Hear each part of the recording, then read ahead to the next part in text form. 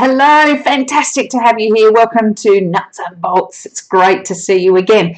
Right, what have we got on today? What we're talking about today is how you go from being a peer to being a leader. So how do you lead those peers now? Those people that used to be on your team, now you're the leader of that team. So what do you do to try and change that relationship, to change that dynamic without feeling awkward about it, or without some of the former team being a little bit cross about it or frustrated or whatever? So there's some really key things that you can do to make this transition as easy as possible. There's going to be some bumps on the road, no doubt about it. But if you follow these few things, it's going to help you make that transition from peer to leader. Okay, so let's have a look at it. Number one, what I want you to do is hold some one-on-one meetings. All right, so this will help with the transition. Get them one-on-one. Tell them, ask lots and lots of questions. This is where you're going to have really, authentic curiosity. So how do you feel about what's going on? How do you feel about this new team?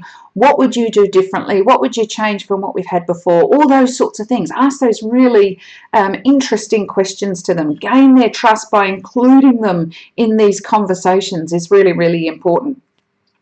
And then when you get a general theme of something coming up, when you've got the team together in a team meeting, say, hey, listen, thanks for meeting me one-on-one. A general themes that came through was 3 general themes that came through, A, B, and C. So we're going to look to sort of tweak those things as per, what you've told me. So if you've got so many ideas on how we can do that, so then you're including them in that as well. You're including them in any sort of miniature sort of tweaks you're going to do.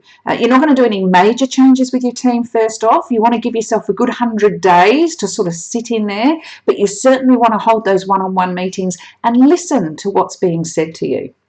Right, the second one, I want you to set your boundaries. So as you were in this team before, you might have, gone to happy hour every Friday, or you might have gone out for lunches, or whatever it may be. You are the leader now, so you need to take a little step back.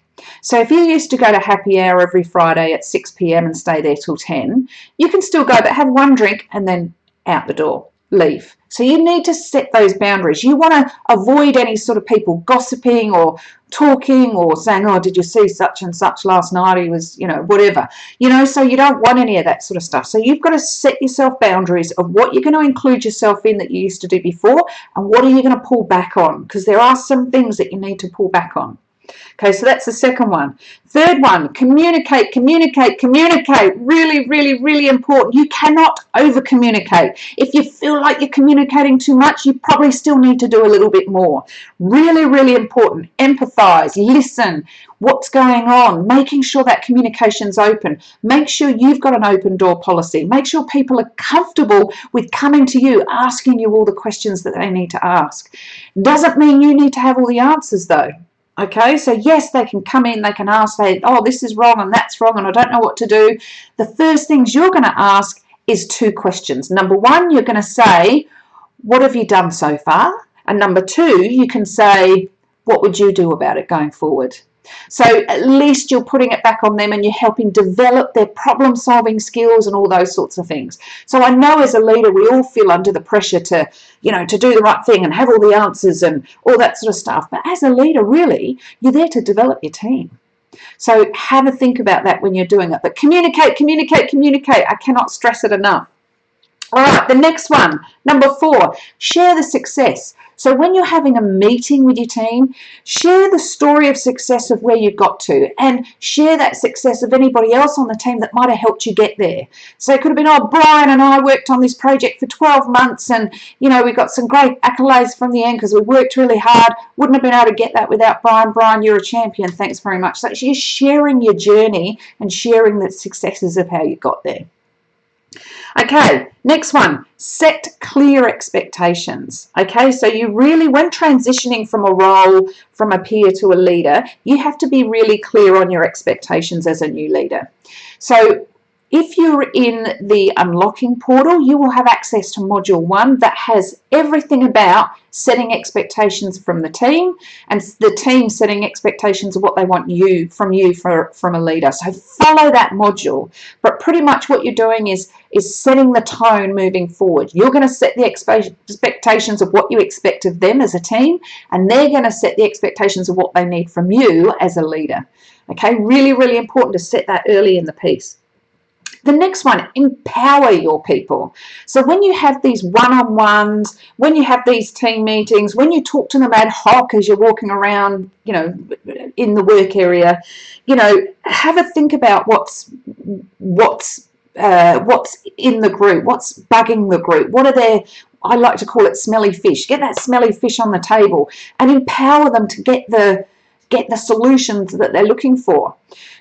So one of the pros about going from peer to leader is that you have some insider knowledge of all the things that used to niggle your team or used to irritate them or frustrate them, right? So this is now time for you to empower them and go, hey, you know how, that changeover on machine 4 was always a headache for us all. Why don't we get together and think about what is the best way to do it? What is the best way to do it to get that changeover time down, get all those headaches out the way, and how can we make it better? So you've got an inside of lane in this, if you like. So empower your people to come up with the solutions and then give them the credit when they do so.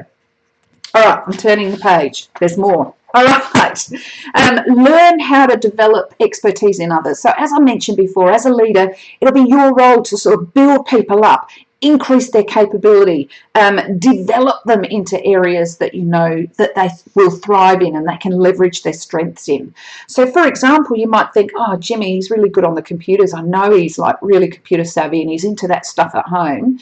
So then maybe there's a role for Jimmy in, working on the department website or something, so really learn how to develop that expertise in others and get people to leverage off their strengths. Also in the unlocking portal, there's a module specifically about learning the strengths and weaknesses of your team and how do we harness those strengths and how do we fill the gaps of something that might be missing for them. How do we give them the support and build the capability of those people? So learn how to develop expertise in others. The next one, reintroduce yourself in the new role. So you're going to hold a team meeting and you're going to be transparent and open and honest. And you're going to say, you know what, I'm really, really pleased that I'm in this role. I've really worked hard for it. And I'd love to tell and share you the story of how I got here. There's some things that you might know about me, but there's some things that I don't think you do know about my journey so far, and then be open about it. So you're reintroducing things that they might not know of the story of how you got there. It might be, hey, I wanted to get this particular qualification because I knew I couldn't step up without that qualification, but I was working full time. We've got a couple of kids at home. I had to do it after hours, and a 1-year course took me 3 years to complete. And it was a real headache, but I stuck at it and I got it and I was able to complete that qualification, which helped me get, whatever your story is. So be open and transparent. And that's reintroducing you as the leader of that team and the journey that you got to go on to get there. And the last but not least, one really, really important is to tap into a really good support network. And that doesn't necessarily mean your new peers. It might be a mentor from a different department. It might be an ex-boss. It might be somebody that you really admire that's in a similar position. Could be whatever it is, but tap into that network because you're going to need it. There's going to be times when you're going to be thinking to yourself, wow, what did I give myself this role for? It's a headache. And that's okay. If you're going through that, that's perfectly normal. And that's the times where you would tap into this really supportive network and go, I'm struggling this week. A, B, and C has happened and I don't know what to do about it. And these people will be able to help you. They'll be able to, share stories of what happened to them in similar circumstances. And you'll be able to glean some ideas and inspiration from that. So it's really, really important to tap into those networks. So just going to quickly go through it. Number 1, hold one-on-one meetings with all your team. Number 2, set boundaries. If you used to go out lunching every week, make it once a month. Number 3, communicate. Can't say that enough.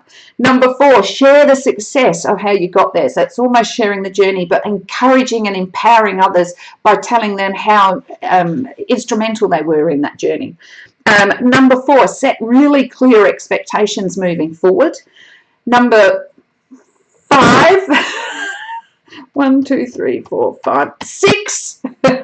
Empower your people. So making sure you give them a voice and help them come to some solutions. Don't you direct the solution. Ask for their advice and thoughts and insights and experience to help you come up with solutions. Empower them.